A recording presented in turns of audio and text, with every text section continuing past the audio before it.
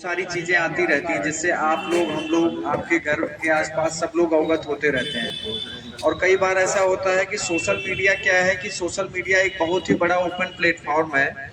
उस पर बहुत सारी चीजें चलती रहती हैं, कुछ सही रहती हैं, कुछ गलत रहती हैं। हम लोग कुछ फैक्ट की जांच करा भी पाते हैं और उसका संशोधन भी डाल देते हैं कि ये चीजें ऐसी नहीं है, इसका तथ्य ये है, लेकिन तब तक वो चीजें र्यूमर के रूप में फैल चुकी होती हैं। अच्छा, दूसरी चीज क्या है कि जब एक राजनीतिक माहौल बनता है, चुनाव निकट है, तो कहीं ना कहीं से लोग जो सोशल फैब्रिक है हमारा, जो सामाजिक ताना बाना है, इसमें हस्तक्षेप करने की कोशिश करते हैं। और जो बदमाशी करने वाला व्यक्ति है वो इस समाज से नहीं होता है, या तो नशे में कर देता है ऐसा काम, या तो उसको उस समाज के अच्छाई से कोई मतलब नहीं है। उसको क्या काम करना है, उसको थोड़ा सा बिगाड़ के और भाग लेना है, बाकी लोग अपना झेलते रहिए। आप बनाते रहिए साल दर साल, जिस चीज को आप दुरुस्त कर पाएंगे उसको 1 मिनट में चिंगारी लगा के भाग जाएगा, पता भी नहीं चलेगा। ऐसे लोगों के खिलाफ हम लोगों ने और मस्जिद में जो ये तकबीर करते हैं लोगों के दिलों पर छा जाता है। तशरीफ रखिए आप। जी भाई, बस बोलिए, आगे बोलिए।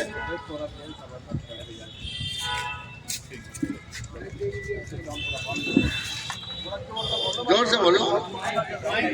लो, एहतशाम सभासद 18 वार्ड से। मैं डॉक्टर मंसूर नयाबादी से हूँ। गाँव जो 16 से प्रधान जी का प्रधान रामचंद्र खतौली से।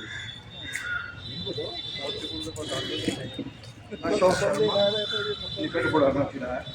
आप तो सब जानते हैं। हाजी इकबाल अहमद, पक्काबाग खतौली से, जिला सचिव समाजवादी पार्टी। कम से कम लोगों के ऊपर एक कार्रवाई की जाए। हमारा मकसद शांति से चुनाव कराना है, शांति से सब लोग रहे, मिलजुल कर रहे। अब इसमें कोई डिस्टर्ब करेगा तो कार्रवाई तो होगी। तो ज्यादा बेटर है कि आप लोगों के संज्ञान में आता है तो तत्काल आप हमें बता दीजिए, हम लोग उसको पहुंच के समझा देंगे।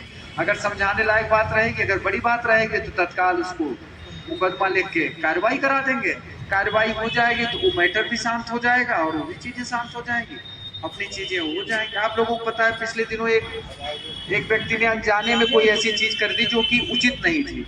उसका तत्काल संज्ञान लिया गया, संज्ञान लेके बताया गया, तो जो कंप्लेनेंट थे वो भी संतुष्ट थे कि नहीं जी हमें पता है, इनसे जानकारी में नहीं हुआ है। तो अगर ये चीजें हैं और उसी को कोई हवा बना दे तो फिर वो चीजें कहाँ से कहाँ फैल जाए।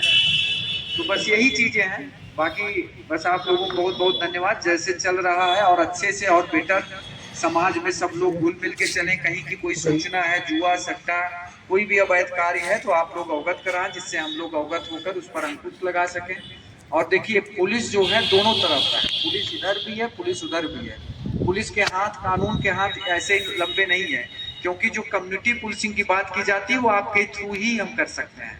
हर जगह हम नहीं हो सकते हैं। हर जगह जब आप वहां पे हैं, सीआरपीसी भी कहती है कि कोई भी व्यक्ति गलत काम कर रहा है तो उसको पब्लिक का आदमी भी अरेस्ट करके पुलिस को सौंप सकता है।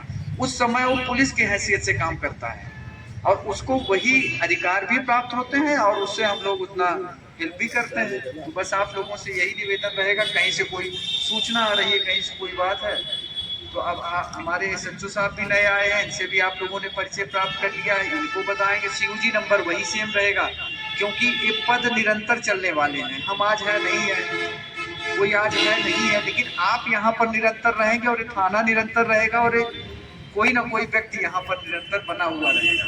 ये सब तो आप सब लोगों से है कि इस चीजों को लोगों तक पहुंचाइएगा। एक तो धारा 144 लगी हुई है, दूसरी चीज की कोई भी अराजक तत्व, कोई भी बदमाश तत्व, कोई सामाजिक जो ताना बाना है उसको बिगाड़ने की अगर चेष्टा करता है तो आप लोग तत्काल बताइए। आप सब अवगत होंगे कि अभी बीते दिनों माननीय न्यायालय के कुछ निर्णय आए हैं। ज्ञान वापी का निर्णय आया है और यहाँ बागपत में लाक्षागृह का निर्णय आया है। आप सब जानते हैं कि उत्तराखंड में कुछ कानून नए आ रहे हैं, कुछ लागू करने की सरकार की अपनी पेशकश है। वहाँ पे उसके यूसीसी की बात की जा रही है। तो इन सब चीजों से है कि ऐसी चीजें नहीं है कि आप में से किसी को पता नहीं। ये सारी चीजें ऐसी हैं जो हमारे में से सबको पता है कि लोग क्या चाह रहे हैं, शासन तंत्र क्या कर रहा है। सब जो नियम है उसके नियम के तहत चल रहे हैं। हमारा ये मानना है कि अगर किसी व्यक्ति को किसी कंटेंट से, किसी इशू पर कहीं भी आपत्ति है तो आके हमें अवगत कराए, हम उन तथ्यों से शासन को अवगत कराएंगे। दूसरी चीज क्या है, कोई भी कोर्ट का निर्णय आता है, अगर निचली अदालत का निर्णय है, लोअर डिवीजन का है तो सीनियर में जाता है, सीनियर से डीजे के यहाँ जाता है, डिस्ट्रिक्ट कोर्ट में जाता है, वहां से फिर वो हाई कोर्ट जाता है, हाई कोर्ट में भी सिंगल बेंच से डबल बेंच में जाता है, फिर वहां से सुप्रीम कोर्ट मूव होता है, सुप्रीम कोर्ट से फिर अगर मैटर संविधान से जुड़ा है कॉन्स्टिट्यूशनल बेंच में जाता है, अगर उसमें भी निर्णय नहीं हो पाता है तो उस डिवीजन के रिव्यू में जाता है। इन सब के अलावा क्या है कि जो हमारी लॉ निर्माण की व्यवस्था है कि अगर कोई